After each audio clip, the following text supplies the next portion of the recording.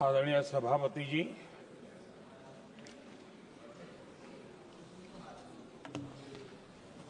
आदरणीय राष्ट्रपति जी के संबोधन पर आभार प्रकट करने के लिए मैं उपस्थित हुआ हूं। कल और आज, कल तो रात देर तक सभी माननीय सांसदों ने अपने विचारों से इस आभार प्रस्ताव को समृद्ध किया। कई माननीय अनुभवी सांसदों ने भी अपने विचार प्रकट किए और स्वाभाविक है कि लोकतंत्र की परंपरा भी है। जहां आवश्यकता था वहां प्रशंसा हुई, जहां परेशानी थी वहां कुछ नकारात्मक बातें भी हुई, लेकिन ये बहुत स्वाभाविक है। अध्यक्ष जी, मेरे लिए बहुत बड़ा सौभाग्य है कि देश की जनता ने मुझे 14वीं बार इस जगह पर बैठकर के राष्ट्रपति जी के उद्बोधन को आभार व्यक्त करने के लिए अवसर दिया है और इसलिए मैं आज जनता जनार्दन का भी बड़े आदर के साथ आभार व्यक्त करना चाहता हूं और सदन में चर्चा में जिन जिन लोगों ने हिस्सा लिया, चर्चा को समृद्ध किया, उन सब का भी मैं आभार व्यक्त करता हूं। आदरणीय सभापति जी, हम 2025 में हैं। एक प्रकार से 21वीं सदी का 25% हिस्सा बीत चुका है।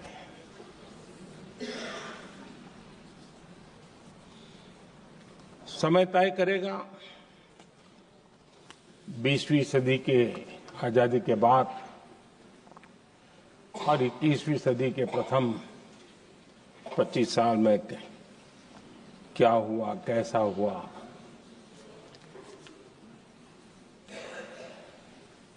लेकिन इस राष्ट्रपति जी के संबोधन में अगर हम बारीकी से इसको अध्ययन करेंगे तो ये साफ नजर आता है कि उन्होंने देश के सामने भविष्य के 25 वर्ष और विकसित भारत के लिए एक नया विश्वास जगाने वाली बात,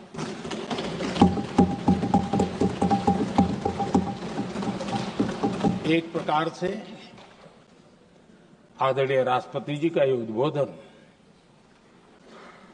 विकसित भारत के संकल्प को मजबूती देने वाला है, नया विश्वास पैदा करने वाला है और जन सामान्य को प्रेरित करने वाला है। आदरणीय सभापति जी, सारे अध्ययन बार बार ये कह चुके हैं कि गत 10 वर्ष में देश की जनता ने हमें सेवा करने का मौका दिया। 25 करोड़ देशवासी गरीबी को परास्त करके गरीबी से बाहर निकले।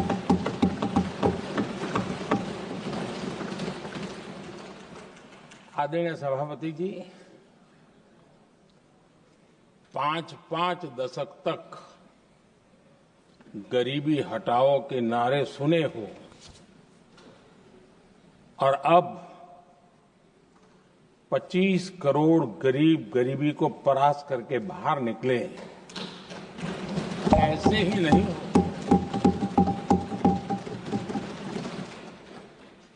योजनाबद्ध तरीके से, समर्पित भाव से, अपनेपन की पूरी संवेदनशीलता के साथ जब गरीबों के लिए जीवन खपाते हैं ना, तब ये होता है। आदरणीय सभापति जी,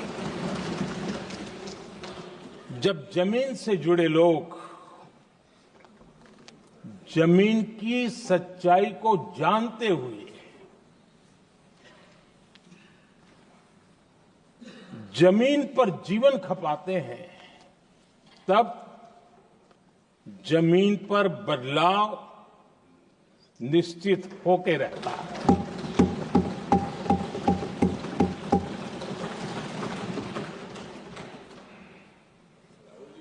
आदरणीय सभापति जी, हमने गरीब को झूठे नारे नहीं, हमने सच्चा विकास दिया।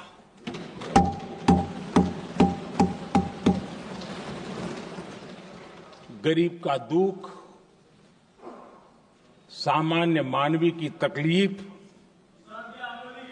मिडिल क्लास के सपने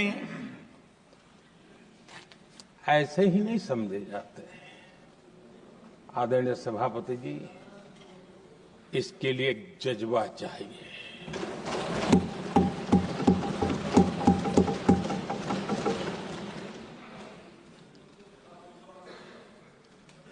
और मुझे दुख के साथ कहना है कि कुछ लोगों में ये है ही नहीं।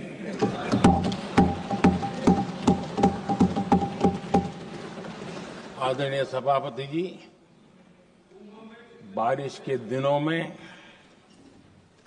कच्ची छत, फुसकी, प्लास्टिक की चादर वाली छत, उससे नीचे जीवन गुजारना कितना मुश्किल होता है। पल पल सपने रौंद दिए जाते हैं, ऐसे पल होते हैं, ये हर कोई नहीं समझ सकता। आदरणीय सभापति जी, अब तक गरीबों को 4 करोड़ घर मिले हैं।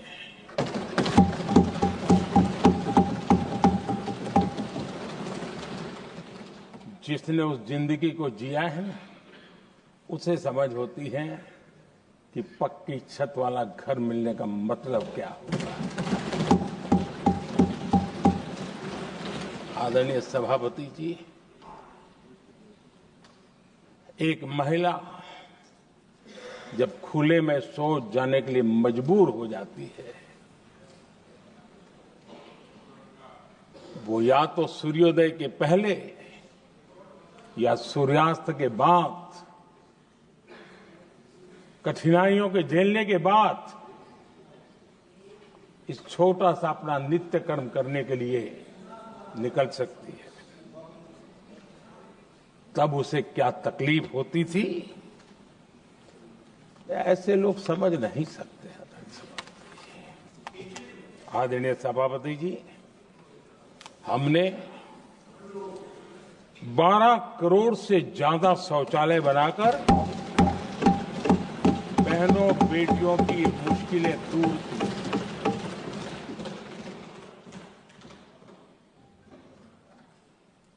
आदरणीय सभापति जी, आजकल मीडिया में ज्यादा ही चर्चा हो रही है, सोशल मीडिया में और अधिक हो रही है। कुछ नेताओं का फोकस घरों में जकूजी पर, स्टाइलिश शावर्स पर लेकिन हमारा फोकस तो हर घर जल पहुंचाने पर है।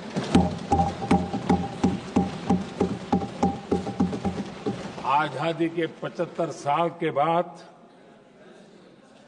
देश में 75% करीब 16 करोड़ से भी ज्यादा घरों के पास जल का करने के लिए नल का कनेक्शन नहीं था। हमारी सरकार ने 5 साल में 12 करोड़ परिवारों को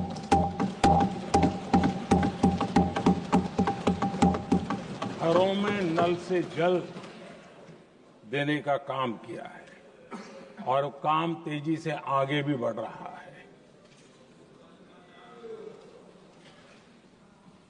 आदरणीय सभापति जी, हमने गरीबों के लिए इतना काम किया और इसके कारण आदरणीय राष्ट्रपति जी ने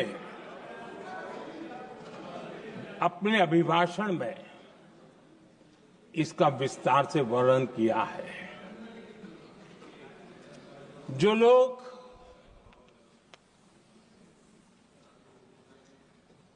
गरीबों की झोपड़ियों में फोटो सेशन कराकर अपना मनोरंजन करते रहते हैं, उन्हें संसद में गरीबों की बात बोरिंग ही लगेगी।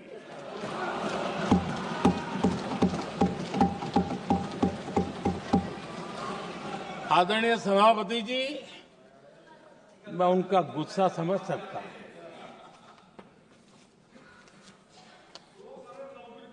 आदरणीय सभापति जी,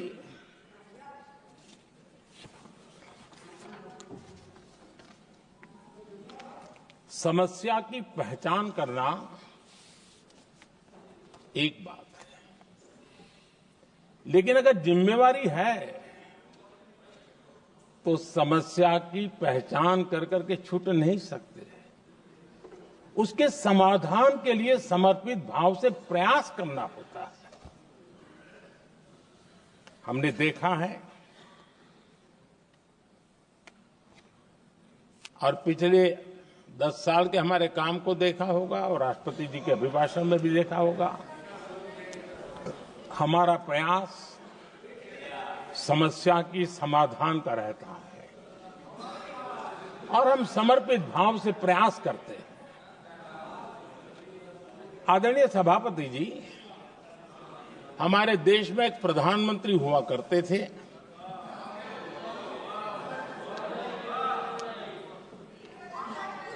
उनको मिस्टर क्लीन करने कहने की एक फैशन हो गई थी। उस प्रधानमंत्री जी को मिस्टर क्लीन कहने की फैशन हो गई थी। उन्होंने एक समस्या को पहचाना था और उन्होंने कहा था कि दिल्ली से 1 रुपया निकलता है तो गांव में 15 पैसा पहुंचता है।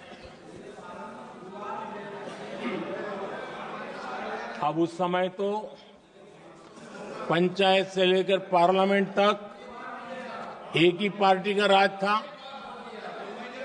पंचायत से पार्लियामेंट तक एक ही पार्टी का राज था और उस समय उन्होंने सार्वजनिक रूप से कहा था कि 1 रुपया निकलता है 15 पैसा पहुंचता है।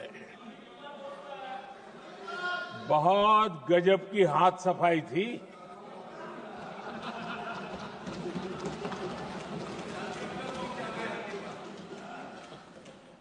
पंद्रह पैसा किसके पास जाता था, ये देश का सामान्य मानवी भी आसानी से समझ सकता है।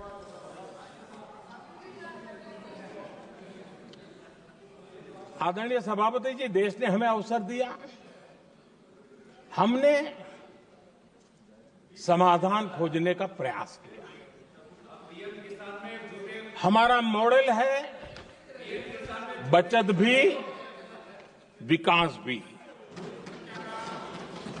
जनता का पैसा जनता के लिए। हमने जनधन, आधार,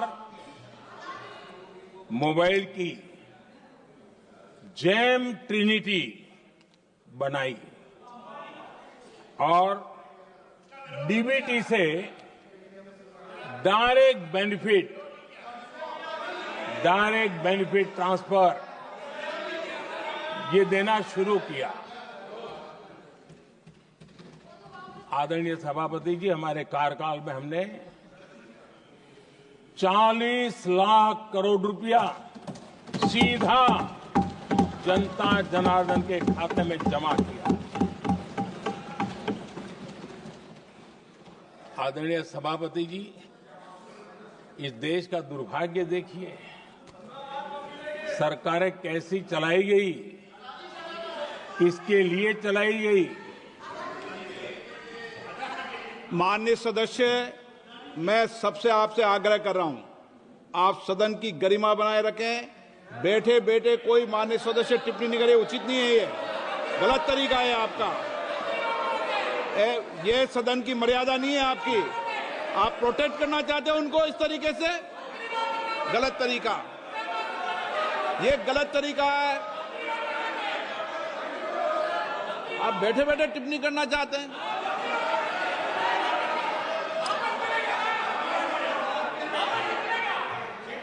आदरणीय सभापति जी,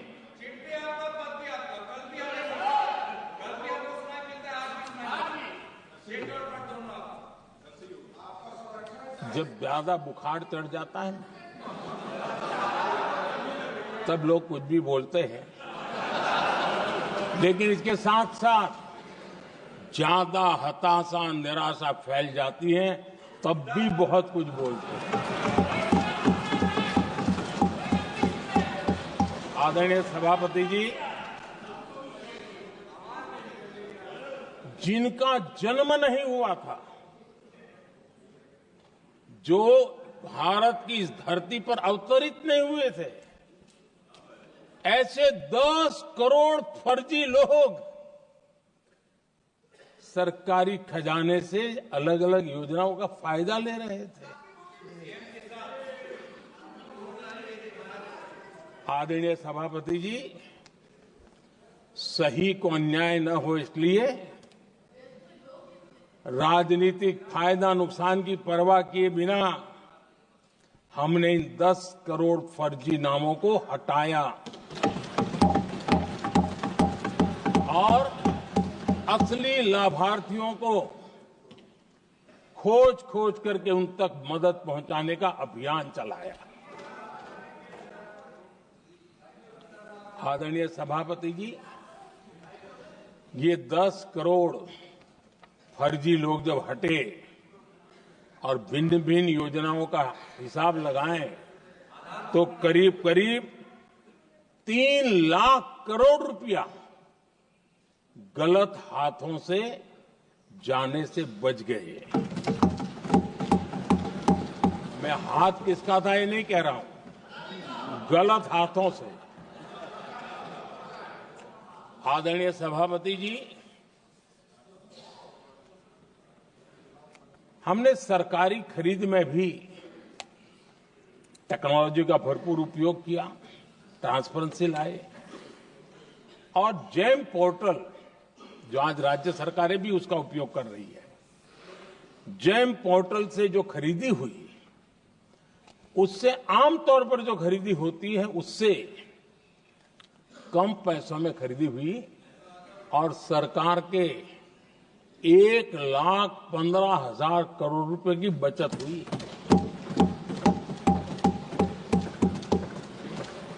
आदरणीय सभापति जी, हमारी स्वच्छता अभियान का बहुत मजाक उड़ाया गया, ऐसा जैसे हमने कोई पाप कर दिया, कोई गलती कर दी। न जाने क्या क्या कहा जाता था। लेकिन आज मुझे संतोष से कहना है कि इन सफाई के कारण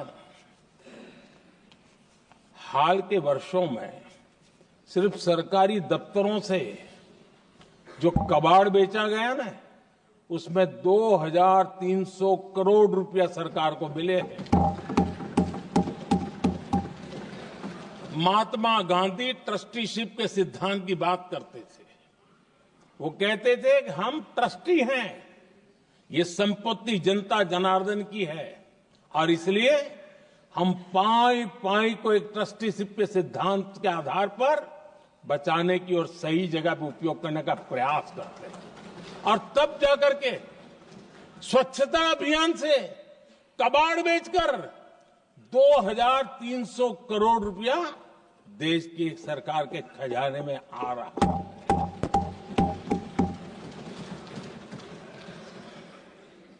आदरणीय सभापति जी, हमने एक महत्वपूर्ण निर्णय लिया इथेनॉल ब्लेंडिंग का। हम जानते हैं हम एनर्जी इंडिपेंडेंट नहीं है, हमें बाहर से लाना पड़ता है। जब इथेनॉल ब्लेंडिंग किया और हमारे पेट्रोल डीजल की आय कम हुई, उस एक निर्णय से 1 लाख करोड़ रुपए का फर्क पड़ा है। और ये पैसे करीब करीब 1 लाख करोड़ रुपया किसानों की जेब में गया है।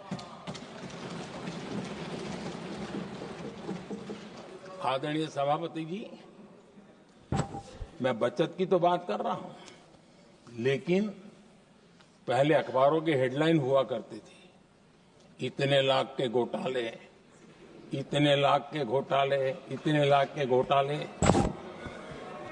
10 साल हो गए, ये घोटाले न कर करके, घोटाले न होने से भी देश के लाखों करोड़ रुपए बचे हैं, जो जनता जनार्दन की सेवा में लगे हैं। आदरणीय सभापति जी, हमने ये जो अलग अलग कदम उठाए, उससे लाखों करोड़ रुपए की बचत हुई, लेकिन उन पैसों का उपयोग हमने शीश महल बनाने के लिए नहीं किया।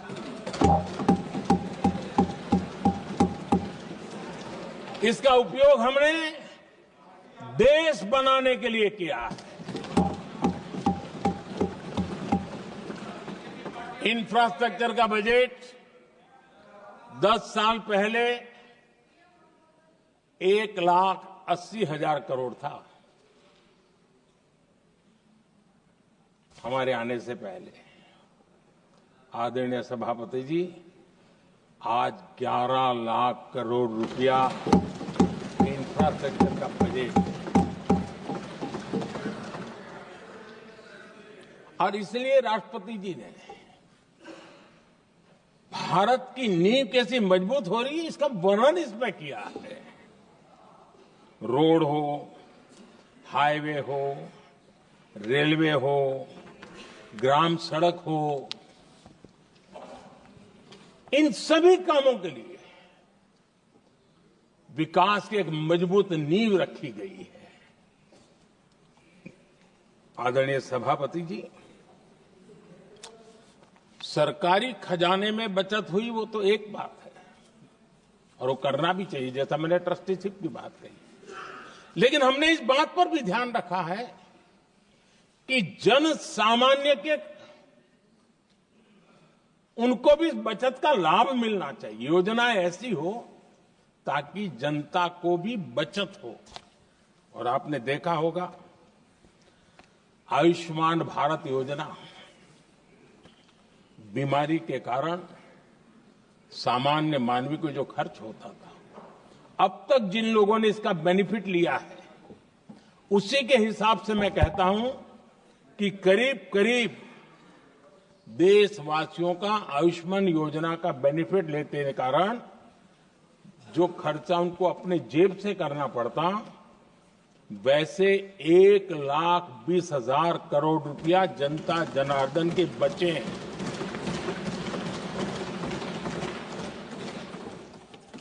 ये आवश्यक है कि अब जैसे जन औषधि केंद्र, आज मध्यम वर्ग के परिवार में 60-70 साल उम्र के परिवार के स्वजन हो तो स्वाभाविक है कोई न कोई बीमारी आ ही जाती है। दवाई का खर्चा भी होता है, दवाएं महंगी भी होती है। हमने जब से जन औषधि केंद्र खोले हैं जिसमें 80% डिस्काउंट होता है, और उसके कारण जिन परिवारों ने इन जन औषधि केंद्रों से दवाइयां ली हैं उनके करीब करीब 30,000 करोड़ रुपए दवाई को खर्चा बचा।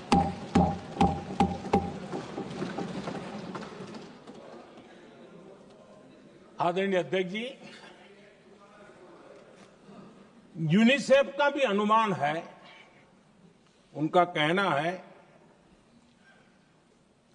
कि जिसके घर में स्वच्छता और टॉयलेट बना, उन्होंने इसका बड़ा सर्वे किया था, उस परिवार को करीब करीब साल भर में 70,000 रुपए की बचत हुई है। स्वच्छता अभियान कहो, टॉयलेट बनाने का काम कहो, शुद्ध जल पहुंचाने का काम करो, कितना बड़ा फायदा हमारे सामान्य परिवार को हो रहा है। आदरणीय अध्यक्ष जी, नल से जल, मैंने प्रारंभ में उसका उल्लेख किया। WHO की एक रिपोर्ट आई है। WHO का कहना है कि नल से जल शुद्ध पानी मिलने के कारण उन परिवारों में जो अन्य बीमारियों के खर्चे होते थे, औसत 40,000 रुपया परिवार का बचा है।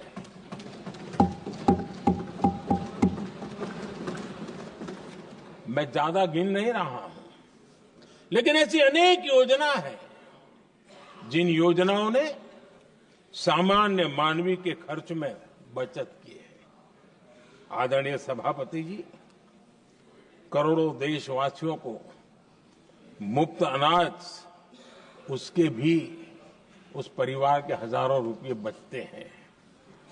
PM सूर्यघर मुफ्त बिजली योजना, जहां जहां ये योजना लागू हुई है, इन परिवारों को औसतन साल भर के 25 से 30,000 रुपये बिजली की बचत हो, पैसों में बचत हो रही है, खर्च में बचत हो रही है। और अगर ज्यादा बिजली है तो बेच करके कमाई कर रहा है वो अलग, यानी सामान्य मानवीय की बचत भी। हमने LED बल्ब का एक अभियान चलाया था। आपको मालूम है कि हमारे आने से पहले LED बल्ब 400 रुपये में बिकते थे। हमने इतना अभियान चलाया, उसकी कीमत 40 रुपया हो गई, और LED बल्ब के कारण बिजली की भी बचत हुई और उजाला भी ज्यादा मिला, और उसमें देशवासियों के करीब 20,000 करोड़ रुपए बचे हैं। आदरणीय सभापति जी, जिन किसानों ने सॉइल हेल्थ कार्ड का वैज्ञानिक तरीके से उपयोग किया है, उनको बहुत फायदा हुआ है, और ऐसे किसानों को प्रति एकड़ 30,000 रुपये की बचत हुई है।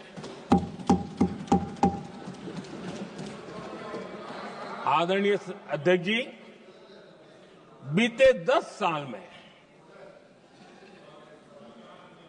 इनकम टैक्स को कम करके भी हमने मिडिल क्लास की बचत को बढ़ाने का काम किया है। आदरणीय अध्यक्ष जी, 2014 के पहले ऐसे बम गोले फेंके गए, बंदूक की ऐसी गोलियां चलाई गई कि देशवासियों का जीवन छलनी कर दिया गया था। हमने धीरे धीरे उन घावों को भरते भरते आगे बढ़े। 2 लाख करोड़ रुपया 2 लाख रुपया 2013-14 में 2 लाख रुपये, सिर्फ 2 लाख रुपये उस पर इनकम टैक्स माफी थी। और आज 12 लाख रुपये संपूर्ण रूप से इनकम टैक्स से मुक्ति।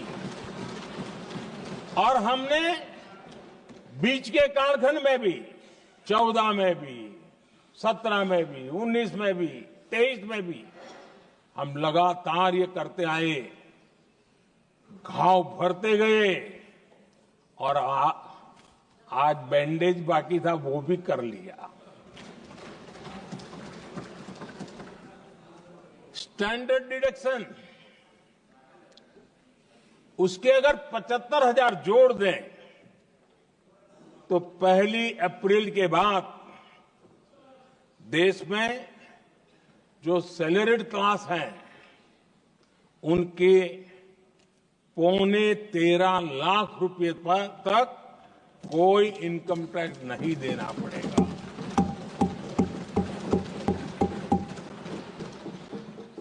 आदरणीय सभापति जी, आप जिस समय युवा मोर्चा में काम करते थे तब एक बात आप सुनते होंगे, पढ़ते भी होंगे। एक प्रधानमंत्री आए दिन 21वीं सदी बोला करते थे। एक प्रकार से रट गया था, तकिया कलाम जैसा हो गया था, तो बोलते थे 21वीं सदी। जब इतनी बार बोला जाता था तो उस समय टाइम्स ऑफ इंडिया में आर.के. लक्ष्मण ने एक बड़ा शानदार कार्टून बनाया था। वो कार्टून बड़ा इंटरेस्टिंग था। उस कार्टून में एक हवाई जहाज है, एक पायलट है। अब उन्होंने पायलट क्यों पसंद किया वो तो मुझे मालूम नहीं। कुछ पैसेंजर बैठे थे और हवाई जहाज एक ठेले पे रखा हुआ था और मजदूर ठेले को धक्का मार रहे थे और 21वीं सदी लिखा हुआ था। वो कार्टून उस समय तो मजाक लग रहा था, लेकिन आगे चल करके वो सच सिद्ध हो गया। आदरणीय अध्यक्ष जी, ये कटाक्ष था जमीनी सच्चाई से। तब के प्रधानमंत्री कितने कटे उठे थे और हवाई बातों में लगे हुए थे, इसका वो जीता जागता प्रदर्शन करने वाला कार्टून है।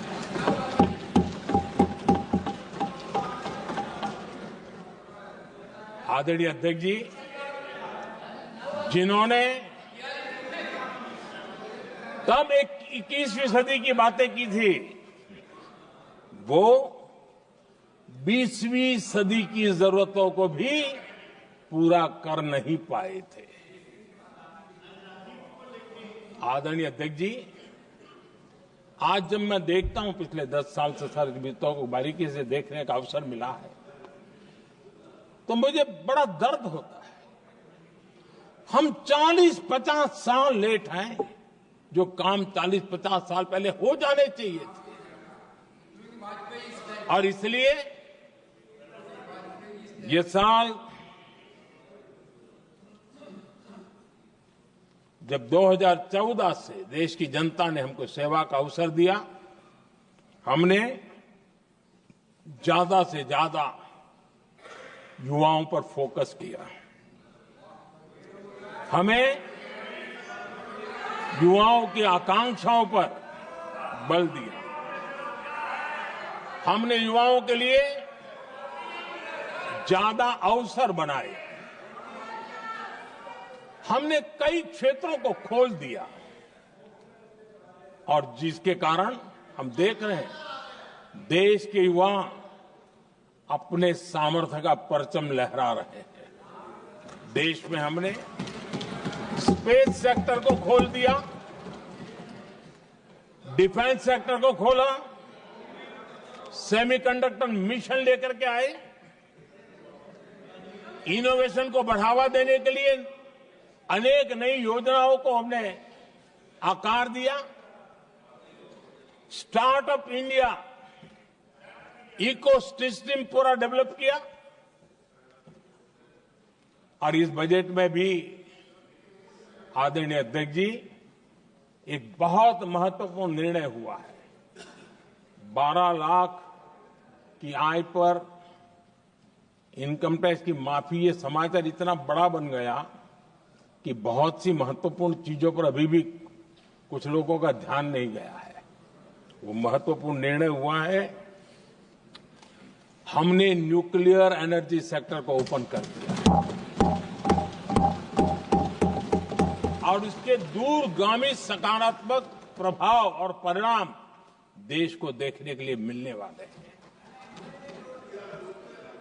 आदरणीय अध्यक्ष जी, AI, 3D printing, robotics, virtual reality की चर्चा हम तो गेमिंग का भी महात्मा क्या होता है इसके लिए भी प्रयास करने वाले लोगों में से। मैंने देश के नौजवानों से कहा है कि दुनिया का गेमिंग क्रिएशन का, क्रिएटिविटी वर्ल्ड का कैपिटल भारत क्यों न बने। और मैं देख रहा हूं बहुत तेजी से हमारे लोग काम कर रहे हैं।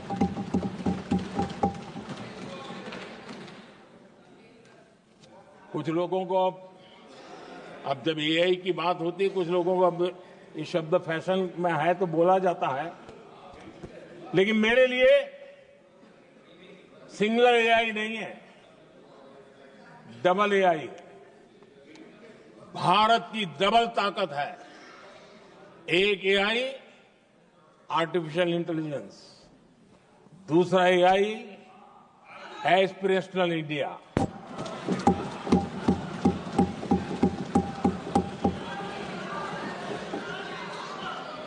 हमने स्कूलों में 10,000 टिंकरिंग लैब्स शुरू किए और आज उन टिंकरिंग लैब से निकले बच्चे रोबोटिक्स बना करके लोगों को चकित कर रहे हैं। और इस बजट में 50,000 नए टिंकरिंग लैब्स उसका प्रावधान किया गया। भारत वो देश है जिसके इंडिया एआई मिशन को लेकर के पूरी दुनिया बहुत आशावादी है और विश्व के एआई प्लेटफॉर्म में भारत की मौजूदगी एक महत्वपूर्ण स्थान प्राप्त कर चुकी है। आदरणीय अध्यक्ष जी, इस साल बजट में हमने डीप टेक के डोमेन को में इन्वेस्टमेंट की बात की है और डीप टेक मैं समझता हूं हमारे लिए तेज गति से आगे बढ़ने के लिए और 21वीं सदी पूरी तरह टेक्नोलॉजी ड्रिवन सेंचुरी है। ऐसे में हमारे लिए आवश्यक है कि भारत डीप टेक के क्षेत्र में बहुत तेजी से आगे बढ़े। आदरणीय अध्यक्ष जी, हम लगातार युवा भविष्य को ध्यान में रखते हुए काम कर रहे हैं, लेकिन कुछ दल हैं जो लगातार युवाओं के साथ धोखा कर रहे हैं, उन्हें धोखा दे रहे हैं। ये दल चुनाव के दरमियान ये भत्ता देंगे, वो भत्ता देंगे, वादा तो करते हैं लेकिन पूरा नहीं करते हैं। ये दल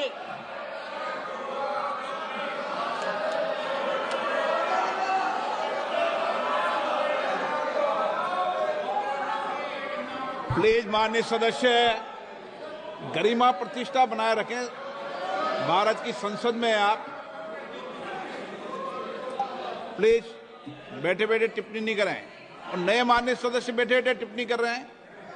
आदरणीय अध्यक्ष जी, ये दल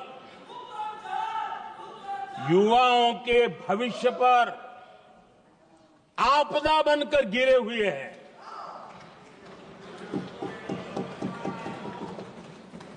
आदरणीय अध्यक्ष जी, हम कैसे काम करते हैं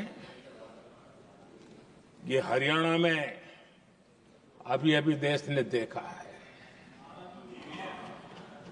बिना खर्ची, बिना पर्ची नौकरी देने का वादा किया था, सरकार बनते ही नौकरी मिल गई नौजवानों को। हम जो कहते हैं उसी का परिणाम है। आदरणीय अध्यक्ष जी, हरियाणा में तीसरी बार भव्य विजय और हरियाणा में के इतिहास में तीसरी बार विजय, ये अपने आप में ऐतिहासिक घटना है। आदरणीय अध्यक्ष जी, महाराष्ट्र में भी ऐतिहासिक परिणाम, जनता जनार्दन के आशीर्वाद।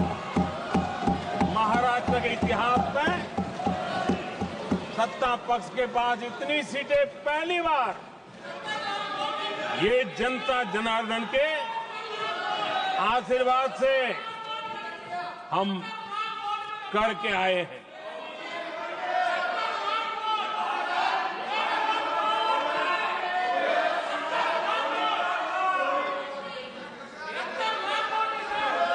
कुछ समझते हैं आदरणीय चीजों को? अध्यक्ष जी, कल जवाब दिया था ना आपको। चलिए। आदरणीय राष्ट्रपति जी ने अपने अभिभाषण में हमारे संविधान के 75 वर्ष होने पर भी विस्तार से चर्चा की है। आदरणीय अध्यक्ष जी, संविधान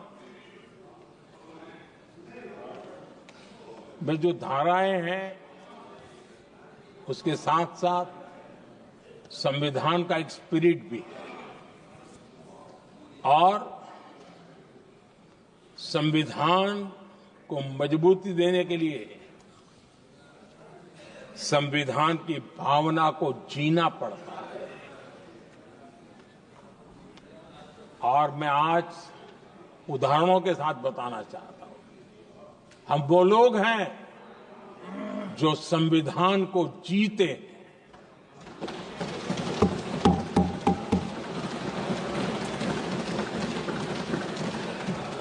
आदरणीय अध्यक्ष महोदय, हमारे यहां ये बात सही है, परंपरा है कि राष्ट्रपति जी जब उद्बोधन करते हैं तो उस सरकार के उस साल के कार्यकाल का ब्यौरा देते हैं। उसी प्रकार से राज्यों में गवर्नर का जो उद्बोधन होता है सदन में, वो उस राज्य के कार्यकलापों का ब्यौरा देते हैं।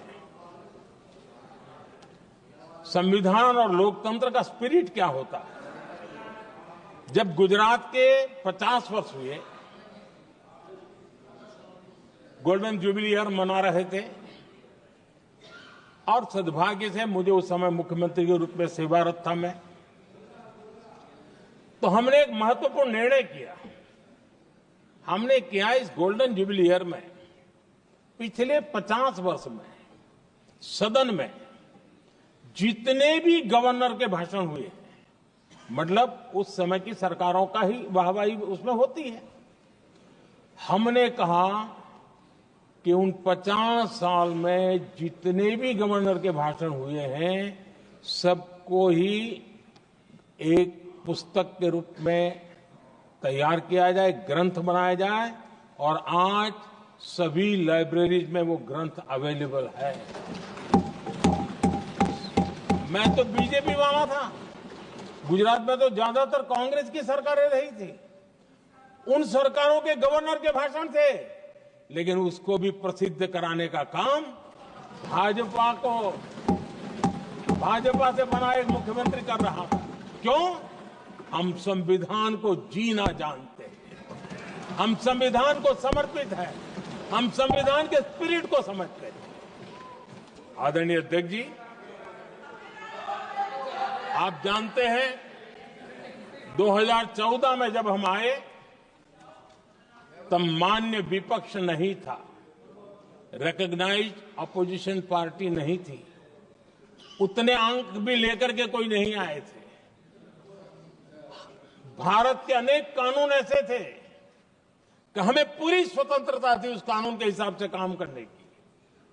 अनेक कमेटियां ऐसी थी जिसमें लिखा था लीडर्स ऑफ अपोजिशन उसमें आएंगे, लेकिन अपोजिशन था ही नहीं, रिकॉग्नाइज्ड अपोजिशन नहीं था। ये हमारा संविधान जीने का स्वभाव था, ये हमारा संविधान का स्पिरिट था, ये हमारी लोकतंत्र की मर्यादाओं का पालन करने का इरादा था।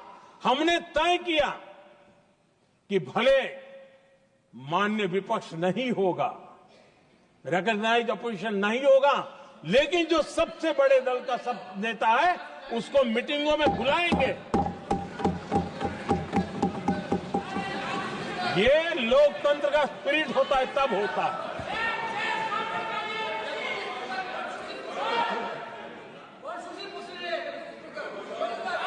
चुनाव आयोग की कमेटियां, आदरणीय अध्यक्ष जी, पहले तो प्रधानमंत्री फाइल करके निकालते थे। ये हम हैं जिसने अपोजिशन के लीडर को भी उस कमेटी में बिठाया है।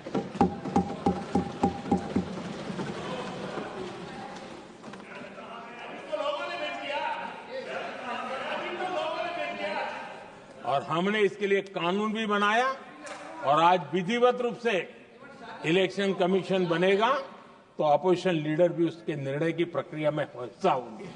ये काम हम करते हैं और ये मैंने पहले ही कहा, हम इसलिए करते हैं कि हम संविधान को जीते हैं। आदरणीय अध्यक्ष जी, दिल्ली में आपको कई स्थान ऐसे मिलेंगे जहां कुछ परिवारों ने अपने म्यूजियम बना करके रखे हुए हैं।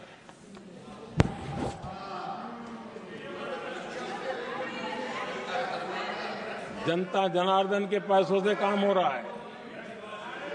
लोकतंत्र का स्पिरिट क्या होता है, संविधान को जीना किसको कहते हैं। हमने पीएम म्यूजियम बनाया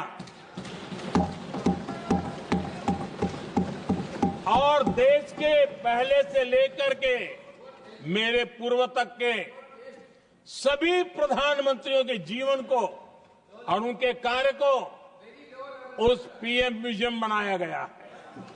और मैं तो चाहूंगा कि पीएम म्यूजियम में जो जो महापुरुष हैं उनके परिवारजनों ने समय निकाल करके उस म्यूजियम को देखना चाहिए और उसमें कुछ जोड़ने के लगता है तो सरकार का ध्यान आकर्षित करना चाहिए ताकि वो म्यूजियम समृद्ध हो और देश के बालकों को प्रेरणा दे। ये होता है संविधान की भावना।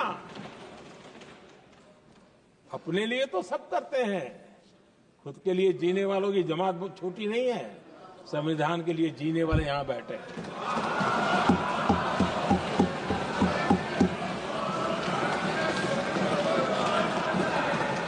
आदरणीय अध्यक्ष जी, जब सत्ता सेवा बन जाए तो राष्ट्र निर्माण होता है। जब सत्ता को विरासत बना दिया जाए तब लोकतंत्र खत्म हो जाता है।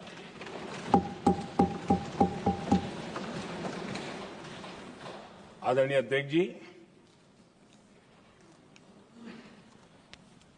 हम संविधान की भावना को लेकर के चलते हैं। हम जहर की राजनीति नहीं करते हैं।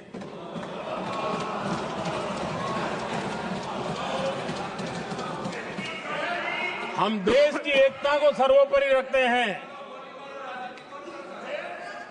और इसलिए सरदार वल्लभ भाई पटेल का दुनिया का सबसे ऊंचा स्टैच्यू बनाते हैं और स्टैच्यू ऑफ यूनिटी देश को जोड़ने का जिस महापुरुष ने काम किया उसका हम स्मरण करते हैं। और वो भाजपा के नहीं थे, वो जनसंघ के नहीं थे। हम संविधान को जीते हैं, इसलिए इस सोच से आगे बढ़ते हैं।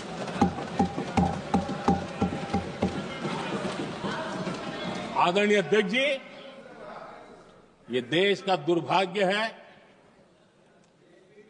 कि आजकल कुछ लोग अर्बन नक्सल की भाषा खुलेआम बोल रहे हैं।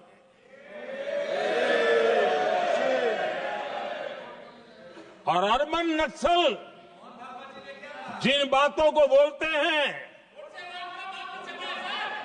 इंडियन स्टेट के सामने मोर्चा लेना, ये अर्बन नक्सल की भाषा बोलने वाले इंडियन स्टेट के खिलाफ लड़ाई की घोषणा करने वाले न संविधान को समझ सकते हैं, न देश की एकता को समझ सकते हैं।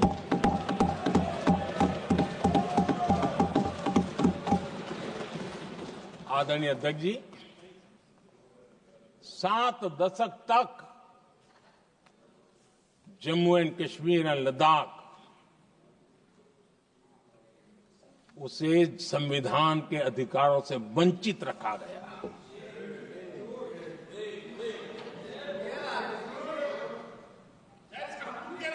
ये संविधान के साथ भी अन्याय था और जम्मू कश्मीर और लद्दाख के लोगों के साथ भी अन्याय था। हमने आर्टिकल 370 की दीवार गिरा दी। अब जम्मू कश्मीर और लद्दाख के उन राज्यों को,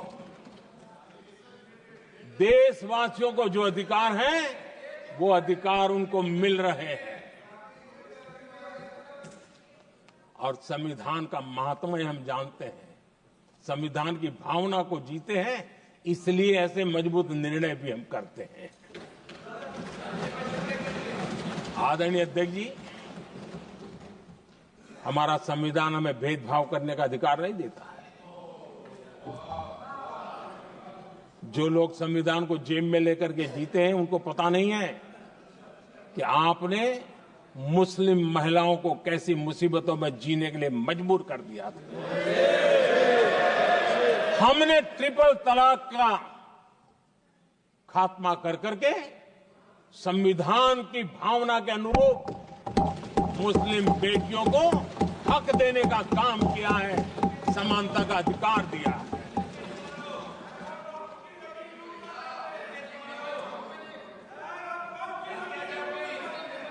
जब भी देश में एनडीए की सरकार रही है, हमने एक लंबे विजन के साथ काम किया है। पता नहीं देश को बांटने के लिए किस किस प्रकार की भाषाओं का प्रयोग किया जा रहा है। हताशा, निराशा पता नहीं उनको कहां तक ले जाएगी, लेकिन हमारी सोच कैसी है, एनडीए के साथी मिलकर के किस दिशा में सोचते हैं। हमारे लिए जो पीछे है, जो आखिरी है, और महात्मा गांधी जी ने जो कहा था, उसकी तरफ हमारा ध्यान ज्यादा है। और उसी का परिणाम है कि अगर हम मंत्रालयों की रचना करते हैं, तो भी मंत्रालय कौन सा बनाते हैं?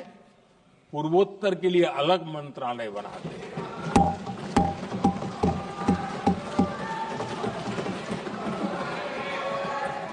हम देश में इतने साल हो गए, अटल जी आए तब तक किसी को समझ नहीं आया था। भाषण तो देते रहते हैं। आदिवासियों के लिए अलग मंत्रालय एनडीए ने बनाया। आदरणीय अध्यक्ष जी, हमारे दक्षिण के राज्य समुद्री तट से जुड़े हैं। हमारे पूर्व के कई राज्य समुद्री तट से जुड़े हैं। वहां के समाज में फिशरीज का काम और फिशरमैन की संख्या बहुत बड़ी तादाद में है। उनका भी ख्याल रखना चाहिए और जमीन के भीतर के छोटे पानी के जो इलाके रहते हैं, वहां भी फिशरमैन के रूप में काम करने वाले समाज के आखिरी तबके के लोग हैं। ये हमारी सरकार है जिन्हें फिशरीज के लिए अलग मंत्रालय बनाया।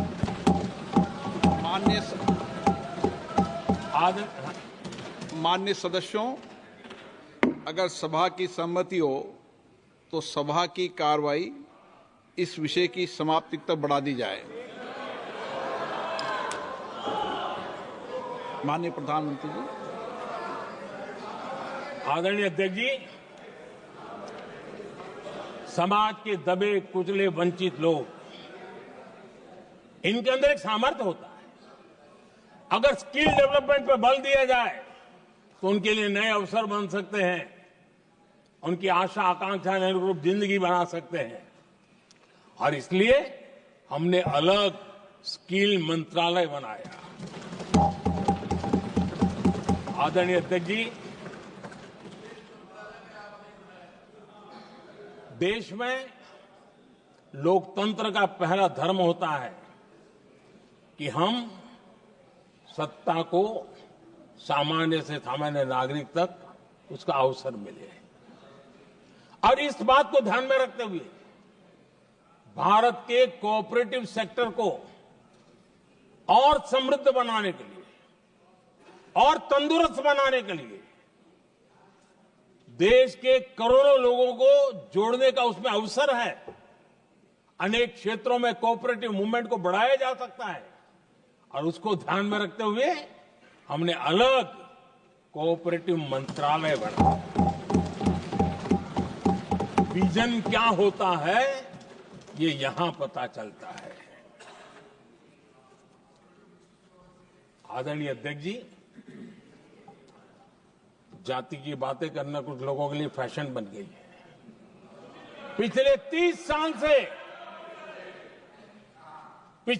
साल से सदन में आने वाले ओबीसी समाज के सांसद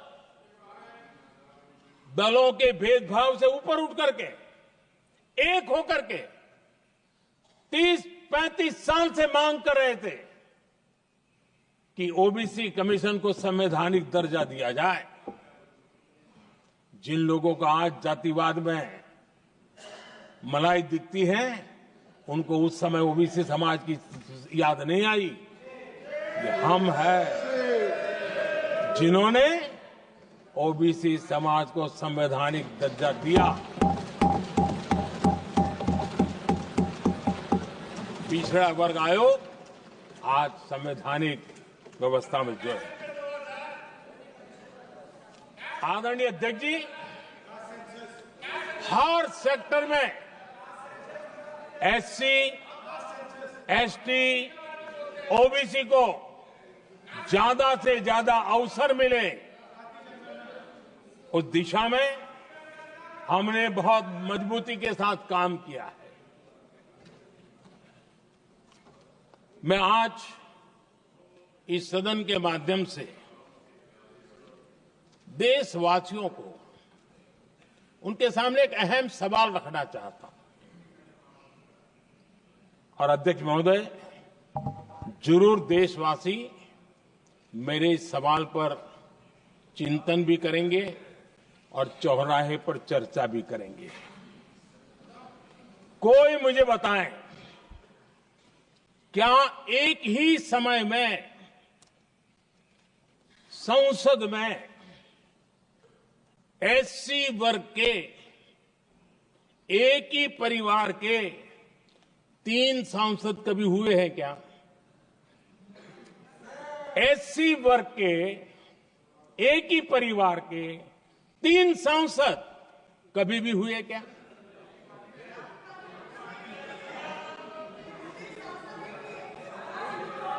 मैं दूसरा सवाल पूछता हूं, कोई मुझे बताए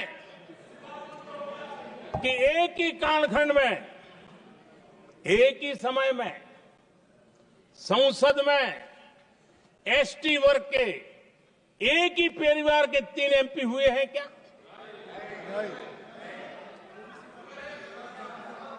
आदरणीय अध्यक्ष जी, कुछ लोगों की वाणी और व्यवहार में कितना फर्क होता है, मेरे एक सवाल के जवाब में मिला।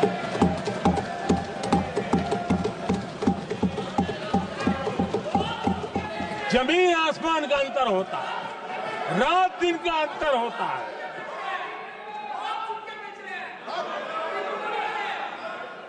आदरणीय अध्यक्ष जी, हम SC ST समाज को कैसे सशक्त कर रहे हैं? आदरणीय अध्यक्ष जी, समाज में तनाव पैदा किए बिना एकता की भावना को बरकरार रखते हुए समाज के वंचितों का कल्याण कैसे किया जाता है, इसका मैं एक उदाहरण देता हूं।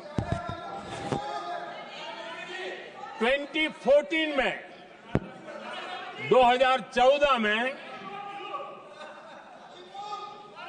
2014 से पहले हमारे देश में मेडिकल कॉलेजों की संख्या 387 थी।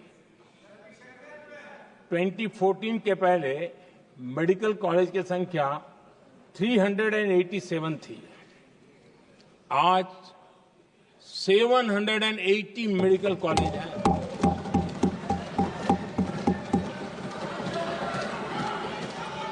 अब मेडिकल कॉलेज बड़े हैं तो सीटें भी बड़ी हैं। ये बहुत महत्वपूर्ण एंगल है आदरणीय अध्यक्ष जी, और इसलिए कॉलेजें बड़ी हैं, सीटें भी बड़ी हैं।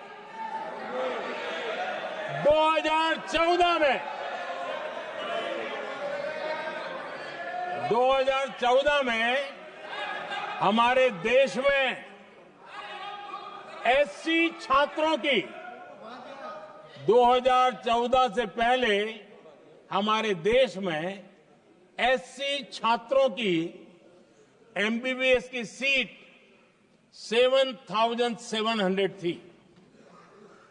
हमारे आने से पहले दलित समाज के हमारे 7,700 युवा डॉक्टर बनने की संभावना थी। 10 साल हमने काम किया, आज संख्या बढ़कर SC समाज के 17,000 MBBS डॉक्टर की व्यवस्था की है। कहां 7,700 कहां 17,000? अगर दलित समाज का कोई कल्याण और समाज में तनाव लाए बिना एक दूसरे के सम्मान को बढ़ाते हुए, आदरणीय अध्यक्ष जी, 2014 के पहले ST छात्रों के लिए MBBS की सीटें 3,800 थी। आज ये संख्या बढ़कर लगभग 9,000 हो गई है।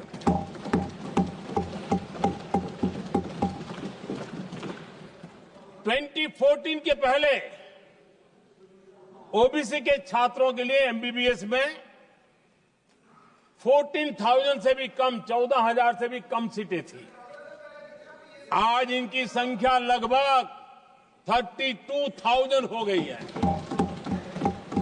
OBC समाज के 32,000 MBBS डॉक्टर बनेंगे। आदरणीय अध्यक्ष महोदय, पिछले 10 साल में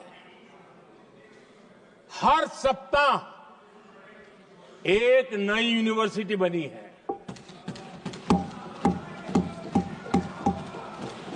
हर दिन एक नई ITI बनी है। हर 2 दिन में एक नया कॉलेज खुला है।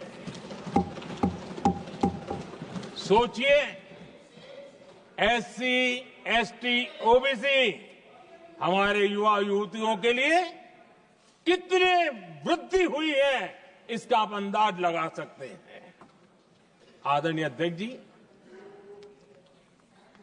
हम हर योजना के पीछे लगे हैं 100% सिचुएशन, 100% उसको लागू करें। उसके जो भी लाभार्थी हैं वो उसमें छूट न जाए, उस दिशा में हम काम कर रहे हैं।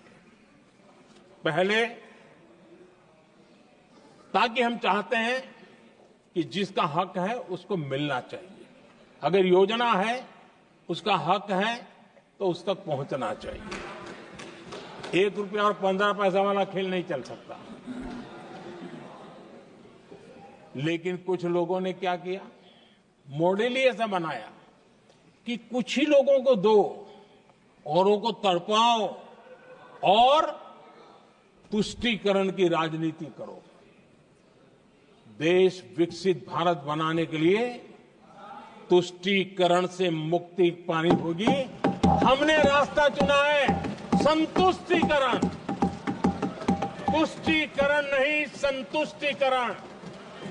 और उस रास्ते पर हम चले हैं। हर समाज, हर वर्ग के लोगों को बिना भेदभाव के जो उसके हक का है वो उसको मिलना चाहिए। ये है संतुष्टीकरण।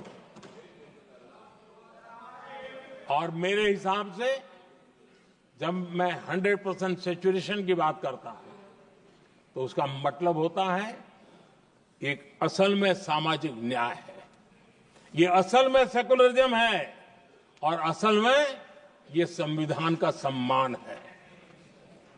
आदरणीय अध्यक्ष जी, संविधान की भावना है सबको बेहतर स्वास्थ्य मिले, और आज कैंसर डे भी है। देश भर में और दुनिया भर में आज हेल्थ को लेकर के काफी चर्चा भी हो रही है। लेकिन कुछ लोग हैं जो गरीब को, बुजुर्गों को आरोग्य की सेवाएं मिले उसमें अड़ंगे डाल रहे हैं, और वो भी अपने राजनीतिक स्वार्थ के कारण। आज आयुष्मान से देश के 30,000 अस्पताल जुड़े हैं और अच्छे स्पेशलाइज्ड प्राइवेट अस्पताल जुड़े हैं जहां आयुष्मान कार्ड वाले को मुफ्त इलाज मिलता है। लेकिन कुछ राजनीतिक दलों ने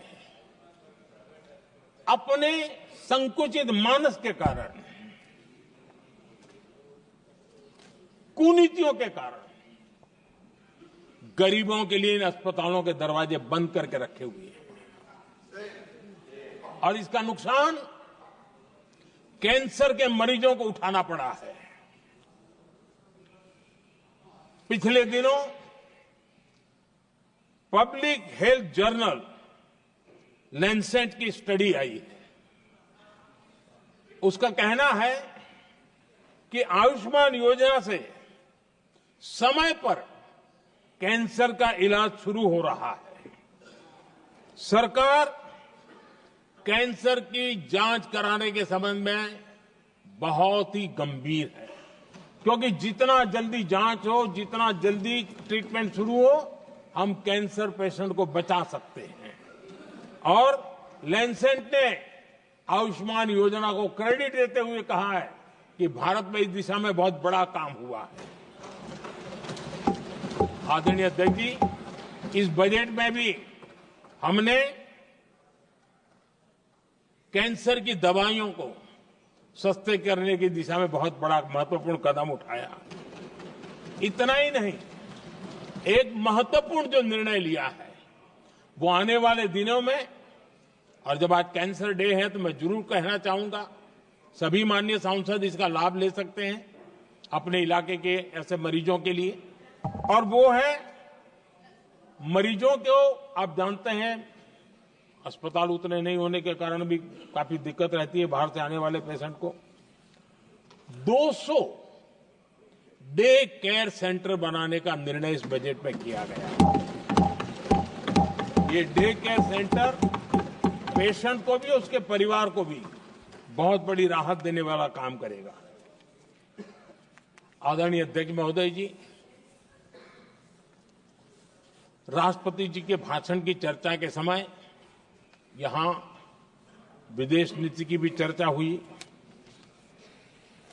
और कुछ लोगों को लगता है जब तक फॉरेन पॉलिसी नहीं बोलते तब तक वो मैच्योर नहीं लगते, इसलिए उनको लगता है फॉरेन पॉलिसी तो बोलना चाहिए फिर भले ही देश का नुकसान हो जाए। मैं ऐसे लोगों को जरा कहना चाहता हूं, अगर उन्हें सच में फॉरेन पॉलिसी सब्जेक्ट में रुचि है और फॉरेन पॉलिसी को समझना है और आगे जाकर के कुछ करना भी है, ये मैं शशि जी के लिए नहीं कह रहा हूं तो मैं ऐसे लोगों को कहूंगा एक किताब जरूर पढ़ें। हो सकता है उनको बहुत फिर कहां क्या बोलना उतनी समझ हो जाएगी। वो किताब का नाम है JFK's forgotten crisis. JF Kennedy की बात है। JFK's फॉरगॉटन क्राइसिस नाम की किताब है। ये किताब एक प्रसिद्ध फॉरेन पॉलिसी स्कॉलर ने लिखी है और इसमें महत्वपूर्ण घटनाओं का जिक्र है। इस किताब में भारत के पहले प्रधानमंत्री और वो विदेश नीति को भी नेतृत्व करते थे। इस किताब में पंडित नेहरू और अमेरिका के तब के राष्ट्रपति जॉन एफ कैनेडी के बीच हुई चर्चाओं और निर्णयों का भी विस्तार से वर्णन है। जब देश ढेर सारी चुनौतियों का सामना कर रहा था, तब विदेश नीति के नाम पर क्या खेल हो रहा था, उस किताब के माध्यम से सामने आ रहा है। और इसलिए मैं कहूंगा कि जरा ये किताब पढ़िए।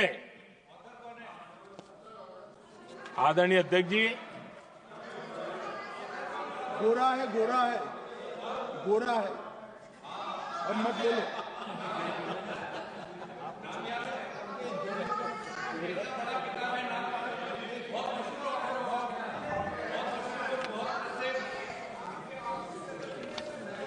आदरणीय अध्यक्ष जी, राष्ट्रपति जी के अभिभाषण के बाद एक महिला राष्ट्रपति जी एक गरीब परिवार की बेटी, उनका सम्मान न कर सके, आपकी मर्जी, लेकिन क्या क्या कहकर उनको अपमानित किया जा रहा है।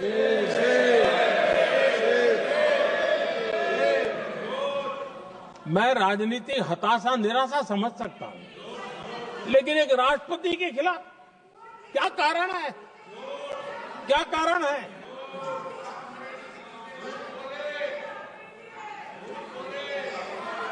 आदरणीय अध्यक्ष जी, आज भारत इस प्रकार की विकृत मानसिकता को छोड़ करके, उस सोच को छोड़ करके विमेन लेड डेवलपमेंट के मंत्र को लेकर के आगे बढ़ रहा है। अगर आधी आबादी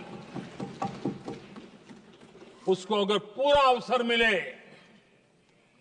तो भारत 2 गुनी रफ्तार से आगे बढ़ सकता है, और ये मेरा विश्वास है। 25 साल से इस क्षेत्र में काम करने के बाद मेरा विश्वास और दृढ़ हुआ है। आदरणीय अध्यक्ष जी, पिछले 10 साल में सेल्फ हेल्प ग्रुप्स अब तक 10 करोड़ नई महिलाएं एसएचजी में जुड़ी है, और ये महिलाएं वंचित परिवारों से, ग्रामीण बैकग्राउंड से, समाज के अंतिम पायदान पर बैठी इन महिलाओं का सामर्थ्य बढ़ा उनका सामाजिक स्तर भी ऊपर उठा और सरकार ने इनकी मदद 20 लाख रुपए तक बढ़ा दी है ताकि वो इस काम को आगे बढ़ा सके।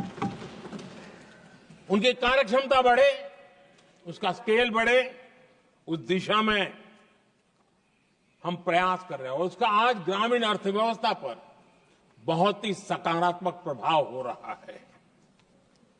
आदरणीय अध्यक्ष जी, राष्ट्रपति जी ने अपने अभिभाषण में लखपति दीदी अभियान की चर्चा की है।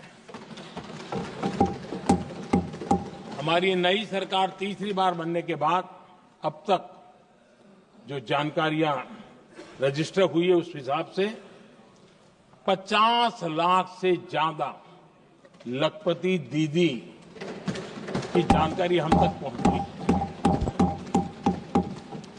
और जब से मैंने इस योजना को आगे बढ़ाया है अब तक करीब करीब 1.25 करोड़ महिलाएं लखपति दीदी बनी हैं और हमारा लक्ष्य है कि हम 3 करोड़ महिलाओं को लखपति दीदी बनाएंगे और इसके लिए आर्थिक कार्यक्रमों का बल दिया जाएगा। आदरणीय अध्यक्ष जी, आज देश के अनेक गांवों में ड्रोन दीदी की चर्चा हो रही है। एक मनोवैज्ञानिक परिवर्तन गांवों में आया है। महिला के हाथ में ड्रोन चलाते हुए देख के गांव के लोगों का महिला के प्रति देखने का नजरिया बदल रहा है और आज नमो ड्रोन दीदी खेतों में काम कर करके लाखों रुपया कमाने लगी हैं।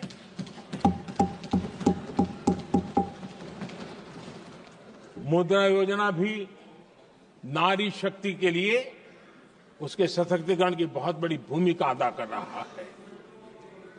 करोड़ों महिलाएं पहली बार मुद्रा योजना लेकर के उद्योग के अंदर अपने कदम रखे हैं और उद्योगपति की भूमिका में आई है। आदरणीय अध्यक्ष जी, 4 करोड़ परिवारों को जो घर दिए उसमें से करीब करीब 75% मकान ऐसे हैं जिसके मालिकाना हक महिलाओं को मिला है। आदरणीय अध्यक्ष जी, ये बदलाव 21वीं सदी के सशक्त भारत की नींव रख रहा है। आदरणीय अध्यक्ष जी, विकसित भारत का लक्ष्य ग्रामीण अर्थव्यवस्था उसको सशक्त बिना किए बिना हम विकसित भारत का निर्माण नहीं कर सकते और इसलिए रूरल इकोनॉमी के हर क्षेत्र को हमने स्पर्श करने का प्रयास किया है और हम जानते हैं रूरल इकोनॉमी में खेती किसानी का बहुत महत्व रहता है। विकसित भारत के 4 स्तंभों में हमारा किसान एक मजबूत स्तंभ है। बीते दशक में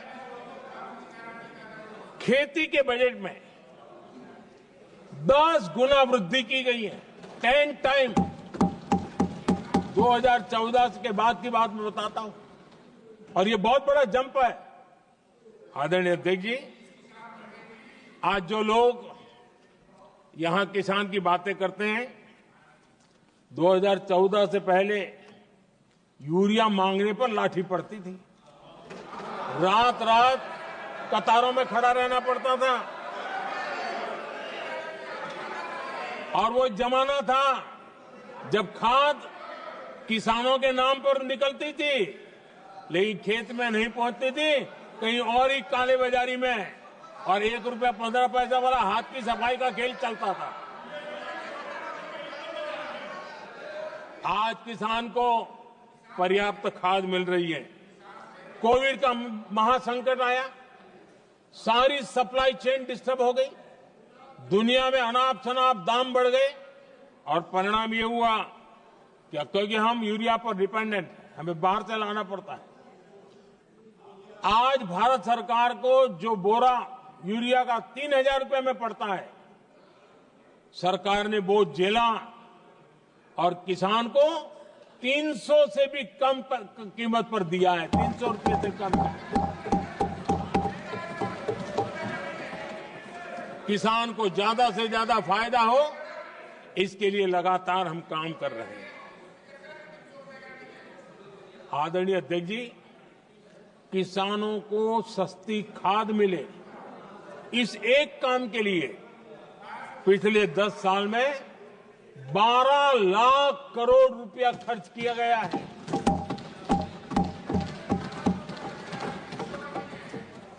पीएम किसान सम्मान निधि, उसे करीब 3.5 लाख करोड़ रुपए डायरेक्ट किसान के खाते में पहुंचे हैं।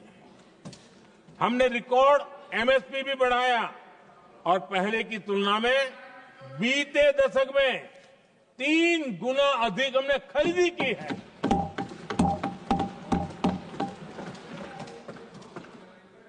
किसान को ऋण मिले, आसान ऋण मिले, सस्ता ऋण मिले, उसमें भी 3 गुना वृद्धि की गई है।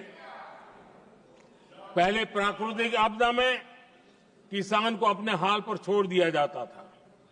हमारे सेवा काल के दौरान पीएम फसल बीमा के तहत 2 लाख करोड़ रुपए किसानों को मिले हैं। आदरणीय अध्यक्ष महोदय, सिंचाई के लिए बीते दशक में अभूतपूर्व कदम उठा गए हैं और जो लोग संविधान की बातें करते हैं उनको ज्यादा ज्ञान नहीं है, ये भी दुर्भाग्य है।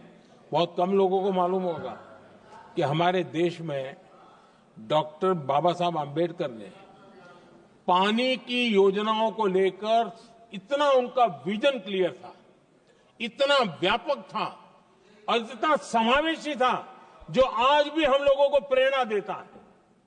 और 100 से बड़ी सिंचाई परियोजना जो दशकों से लटकी हुई थी, हमने उसको पूरा करने का अभियान चलाया ताकि किसानों के खेत में पानी पहुंचे। बाबा साहब का विजन था नदियों को जोड़ने का। नदियों जोड़ने की वकालत बाबा साहब आम्बेडकर ने की थी, लेकिन सालों तक, दशकों दशक बीत गए, कुछ नहीं हुआ। आज हमने केन बेतवा लिंक प्रोजेक्ट और पार्वती काली सिंह चंबल लिंक प्रोजेक्ट पर काम शुरू कर दिया और मैं तो गुजरात में कई नदियों को इस प्रकार से जोड़ करके नदियों को जिंदा करने का काम करने का मेरा सफल अनुभव भी रहा है। आदरणीय अध्यक्ष महोदय, हर देशवासी का इस सपना होना चाहिए, हम सबका सपना होना चाहिए कि दुनिया के हर डाइनिंग टेबल पर made in India food packet क्यों न हो। आज मुझे खुशी होती है जब भारत की चाय, इसके साथ साथ अब हमारी कॉफी भी दुनिया में अपनी महक फैला रही है, बाजारों में धूम मचा रही है। इवन हमारा टर्मरिक कोविड के बाद सबसे ज्यादा मांग बढ़ी है। आदरणीय अध्यक्ष जी, आप जरूर देखेंगे आने वाले समय में हमारा प्रोसेस सी फूड, और जिसको लेकर कुछ लोगों को पता नहीं कब क्यों दर्द हुआ, बिहार का मखाना दुनिया में पहुंचने वाला है।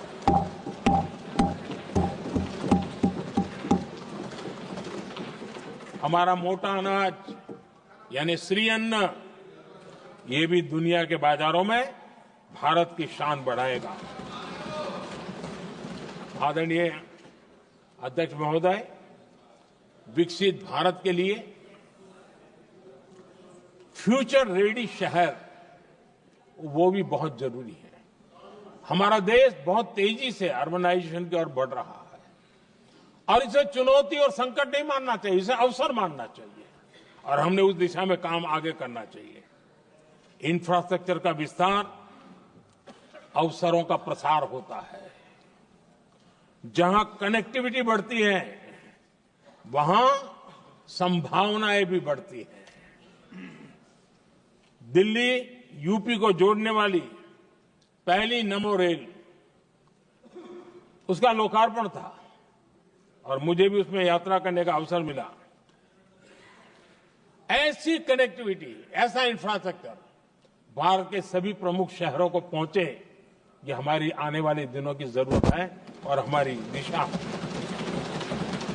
आदरणीय अध्यक्ष जी, 10 साल में दिल्ली का नेटवर्क डबल हुआ और आज टियर 2, टियर 3 सिटी में भी मेट्रो नेटवर्क पहुंच रहा है।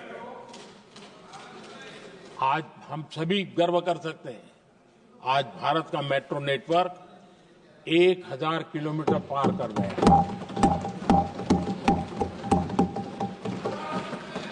और इतना ही नहीं, वर्तमान में 1000 किलोमीटर और उस पर भी काम चल रहा है। यानी हम कितना तेजी से आगे बढ़ रहे हैं। आदरणीय अध्यक्ष जी, प्रदूषण को कम करने की दिशा में भी कई इनिशिएटिव भारत सरकार ने लिए। 12,000 इलेक्ट्रिक बस हमने देश में दौड़ाना शुरू किया है और दिल्ली को भी बड़ी सेवा करी है, हमने दिल्ली को भी दिया है। आदरणीय अध्यक्ष जी, हमारे देश में एक नया अर्थव्यवस्था हमेशा समय समय पर का विस्तार होता रहता है। आज बड़े शहरों में गिग इकोनॉमी एक महत्वपूर्ण एरिया डेवलप हो रहा है।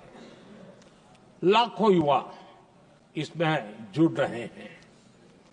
हमने इस बजट में कहा है कि ई श्रम पोर्टल पर ऐसे गिग वर्कर अपनी रजिस्ट्री करवाएं और वेरिफिकेशन के बाद उनको इस न्यू एज सर्विस इकोनॉमी है उसको हम किस प्रकार से सहायता कर सकें और उनको एक आईडी कार्ड मिले ई श्रम पोर्टल पे आने के बाद।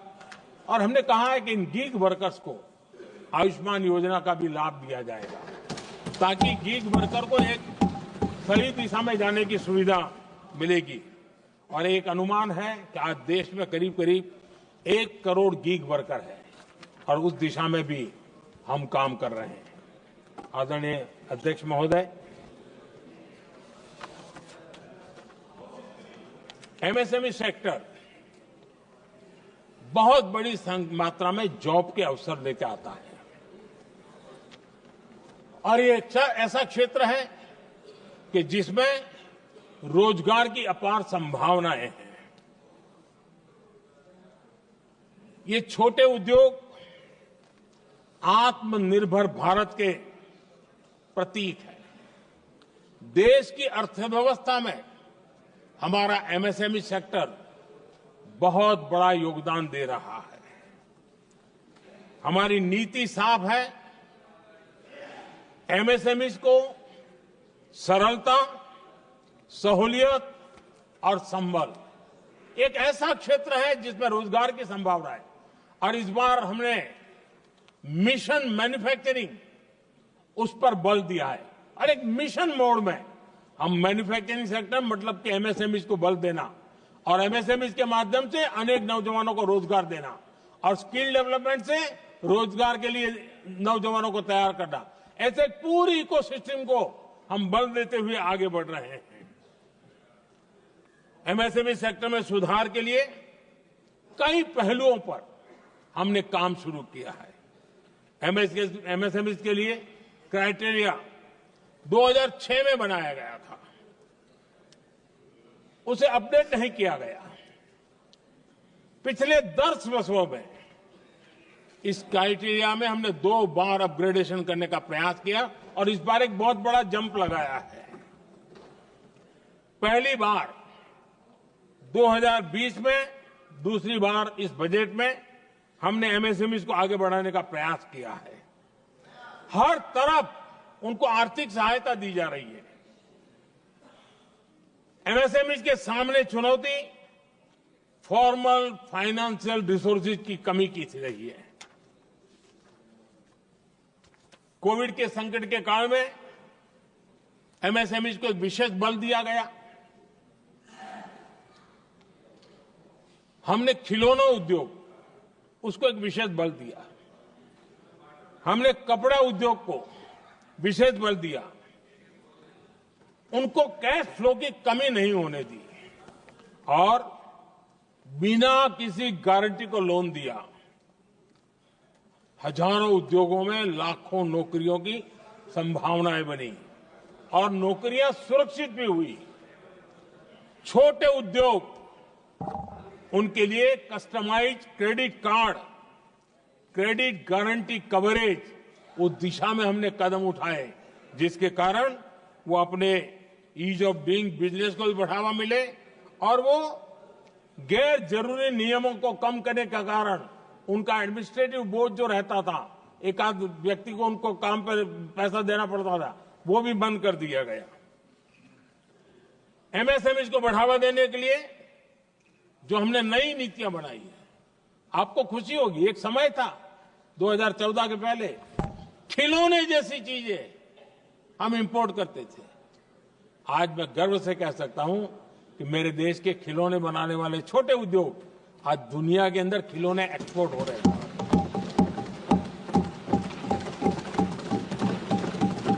और आयात में बहुत बड़ी गिरावट आई है। निर्यात में करीब 239% वृद्धि हुई है।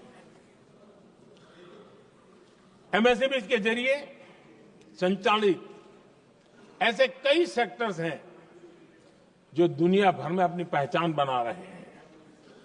मेड इन इंडिया कपड़े, इलेक्ट्रॉनिक्स, इलेक्ट्रिकल गुड्स के सामान आज दूसरे देशों के जीवन का हिस्सा बन रहा है।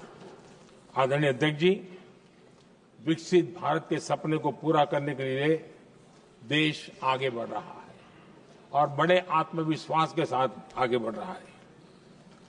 विकसित भारत का सपना ये कोई सरकारी सपना नहीं होता है, वो 140 करोड़ देशवासियों का सपना है और इस सपने को हम सब ने जितनी ऊर्जा दे सकते हैं देने का प्रयास करना है।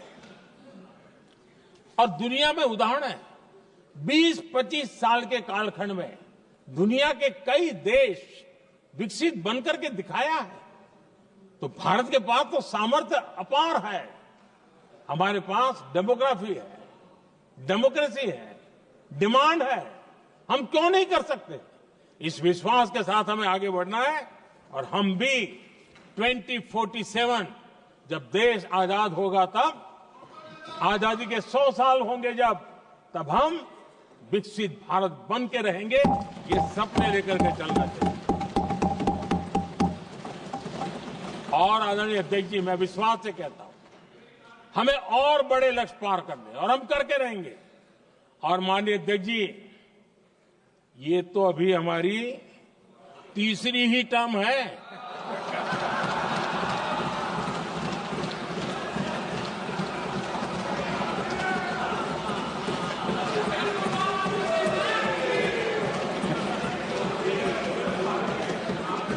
हम देश की आवश्यकता के अनुसार आधुनिक भारत बनाने के लिए, सक्षम भारत बनाने के लिए और विकसित भारत का संकल्प साकार करने के लिए हम आने वाले अनेक वर्षों तक जुटे रहने वाले हैं।